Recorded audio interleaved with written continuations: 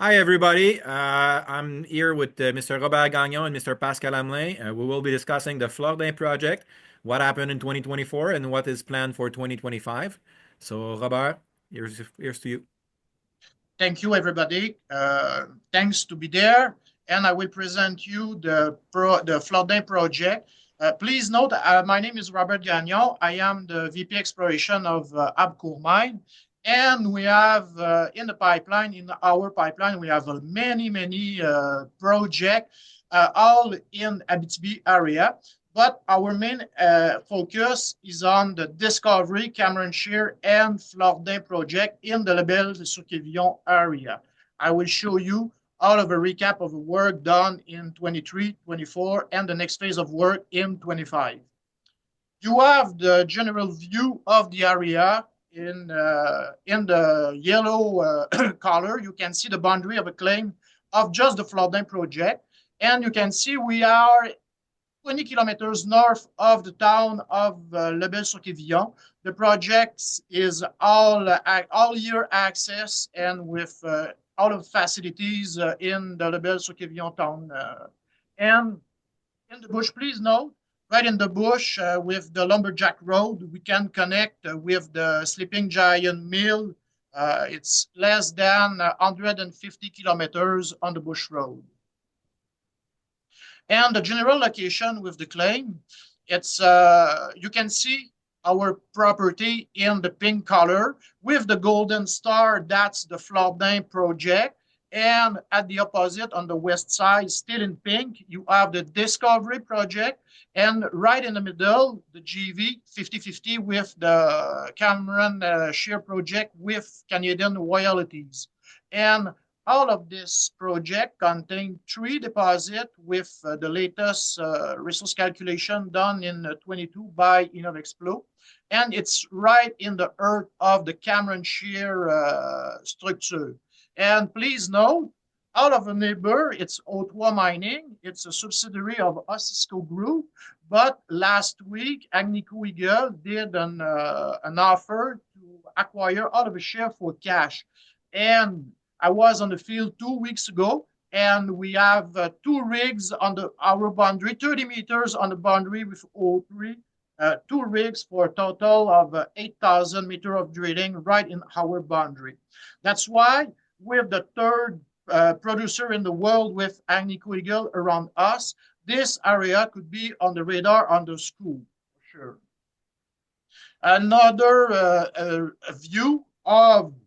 closer view of the deposit, you can see the Flordin main deposit on the west side of the map, and with the Cartwright at the extreme east, and right in the middle, it's 2 kilometers. The zone is separated by 2 kilometers, and in our mind, we can connect, and we would like to connect together all of the zone because the mineralization style, it's the same on the Cartwright area, on the middle, and on the Flordin deposit. Flordin deposit is a classical low gold deposit in the quartz vein. But now that we chase, it's a bit different. It's not a quartz vein. It's a pyritic band with hematization. And we believe this kind of mineralization, it's connected together and for all along strike of 2 kilometers. And all of focus was now with the latest IP survey done in the fall 24, you can see we are at the extreme east of the project on the Cartwright area, and the line cutting extend the zone for the survey for 1 kilometer. We are right in the middle of the drill hole done in 23, and you can see 2 domains with high chargeability in the red color, and on the south, it's the domain number 2. It's the purple color, and we have only 1 drill hole for the next phase inside this big anomaly, but we are in just during the compilation, we have a look on the historical hole, and inside the zone, you can see the S49 hit close to 6 grams a ton over half meter, and that's the same with the S88. That's the same 48, sorry, 7 grams a ton over 0.5 meter and 3.5 grams ton over 0.6. If the zone is connected, but for sure with the latest channel sampling campaign, all of the zone are connected. For historical hole done in 80s and its 70s, its 60s, it's tough because I don't have the historical core. But you can see close to our latest drilling campaign, weeks ago, the hole done by North American Palladium, the latest owner of the project, and the old 10157, hit with the resampling close to 7 grams a ton over 2 meters. It's just separate, two zones separate without connection. But you need to know we have all of the facilities, core facilities in the Lebesgue-Quevillon area with the historical hole. That's why I took 2 weeks ago the old 157, and we're resawing the right in between the zone, and now we connect close to 4 grams a ton. Oh, it's a game changer for us for sure, because all of the historical hole inside the zone show the continuity of the mineralization. And you can see at the last fall a big stripping campaign on the Cartwright area at the extreme east. We stripped over 200 meters of mineralization, and you can see the historical zone, the Adam, the name Adam, the horse, and the little Joe. And on the red trace, you can see the result. And it's a 15 new channel sampling, and with a very good grade and a metal factor, and we have the continuity, and it's a straight line, no folding, and the structure, it's easy to follow. That's why we believe this kind of mineralization, that's the same at 1 kilometer right in the middle, and 2 kilometers connect to the Flordin main deposit. My next phase of work, it's a 3,000 meter already drill permit. We start this first phase of work in January, at the beginning of January, and you can see the trace of my new hole on the Cartwright area, the hole A, hole B, and hole C, that's the trace. It's a historical mining camp, 100 years of exploration, and underneath this big strip zone, no, not much drilling. Only one here, and a very old one, and nothing in the area of the old A, the projection of the A. And remember, I channel sample this zone, and the channel sample number 4, number 6, it's number 6, it 22 grams a ton over 7 meters, and the drill pass right underneath on this channel sampling. On the old B, you can see the trace, and in the historical hole, you can see 6 grams a ton, but we don't know if it's connected together, because if you have the thickness of my channel sampling, it's more than 10 meters. But now with the historical hole, and I don't have the core, it's not connected, but in campaign, if I am able to connect together this zone with a huge, more than 10 meters of 4 or 5 grams a ton, it's a game changer for us, for sure. That's why we need to prove this theory at the beginning of the next phase of work with my drilling campaign in January.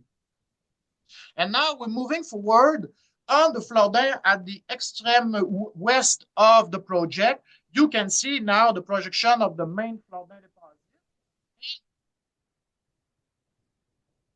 The first kind of mineralization type, quartz vein in the shear zone, and but at the extreme east of the deposit, during the compilation, we found the historical hole, the S158, drilled by Cambial at the end of 80s, at beginning of 90s. They hit close to 3 grams a ton over 20 meters. Remember, on the extreme east of the project, on the Cartwright area, all of the channel samples give to us this kind of thickness. But we found at the Flordin deposit. But for sure, if you look, the 2 kilometers, we drill right in the middle in 23, this kind of mineralization without quartz vein, high-grade gold vein inside a pyritic band with hematization and carbonate and no quartz vein. It's not a major issue for us because in this kind of deposit, in Abitibi especially, it's the gold is are associated all of the time, many times with a quartz vein, especially a narrow vein with a high-grade gold content. But we are confident now we are able to connect the zone for 2 kilometers of a high-grade gold zone, easy to trace, easy to follow. And the long section close to the Flordin deposit, you can show all of the intersection hit in the past, and it's still open. That's why for 25, we put close to 3,000 meters in this area. For sure, it's not a shallow hole like the east part of the project. It's not shallow. It's a deepest hole close to 600 meters to it. But we need to prove our hypothesis. If I have the core and the zone south, and it's the same kind of mineralization that we found in the middle and the extreme east of the project, we have 2 kilometers of very easy to trace and easy to follow mineralization, very easy compared to just a quartz vein inside the shear zone.